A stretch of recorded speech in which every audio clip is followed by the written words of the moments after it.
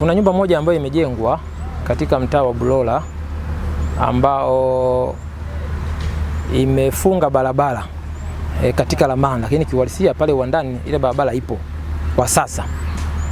Na nimseme tu kwamba kimsingi ni kwamba pale kuna upimaji wa aina mbili. Kuna upimaji wa kawaida ambao ulifanyika mwaka 2012, lakini baadaye kama mnavyofahamu serikali ilikuja na sera ya urasimishaji wa makazi. Kwa hiyo tukapima tena urasimishaji wa makazi mwaka 2017 2018 katika hilo eneo. Sasa wakati wa upimaji wa urasimishaji wa makazi, unajua wananchi wamekuwa wakionyesha maeneo yao kwa kuzingatia mipaka walivyonunua. Sasa upimaji wa pale ulifanywa na kampuni.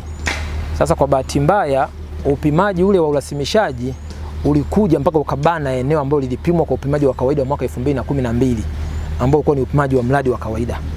Sasa swala hilo tumekuja kulibaini baada ya mmiliki huyu ambaye eneo lake linaingiliwa au limebanwa kutaka kuanza kujenga uzio na kuonyesha mipaka yake sasa. Kwa hiyo na sisi tumefahamu swala hilo na mgogoro na malalamiko yale.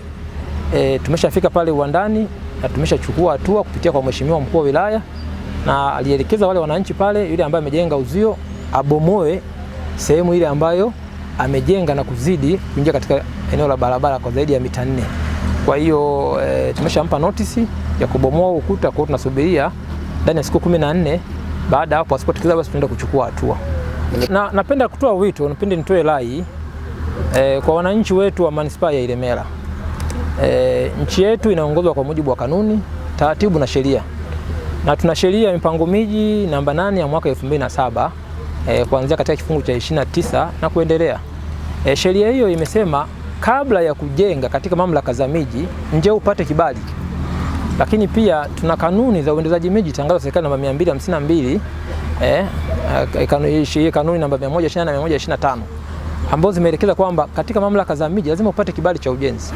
Kwa hiyo lazima kila mtu ambaye hajajenga katika mamlaka ya miji afike manispaa apate kibali cha ujenzi. Na sasa hivi tunatoa kibali kwa njia ya mfumo ambao serikali imeturahisishia.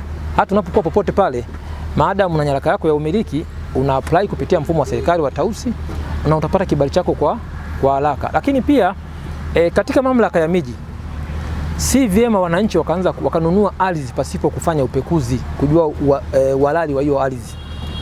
Fanya tafiti, kuna ofisi za halmashauri zipo, kuna ofisi ya msajili wa ardhi kuona kama ardhi hiyo imemilikishwa, haina mgogoro, je matumizi yake ni sahihi. Baada ya hapo chukua umiliki, omba kibali, sisi tutakupa uendeleze. Kwa hiyo wale wote ambao wanajenga pasipo vibali, tunaendesha operation maalum ambayo imeanza kushirikiana na mamlaka mbalimbali. Wakisha wale wote ambao wanajenga tutabomoa katika maeneo ambayo sio sahihi, lakini wale ambao watakuwa katika maeneo sahihi tutawapiga faini kwa mujibu wa sheria ya ardhi namba 4 ya mwaka 99 2% au 4% kwa kuzingatia hali halisi ya maendelezo. Na baada ya hapo sasa tutapata wafuate taratibu halali kwa mujibu wa sheria. Crown Media. Hapa ni nyumbani.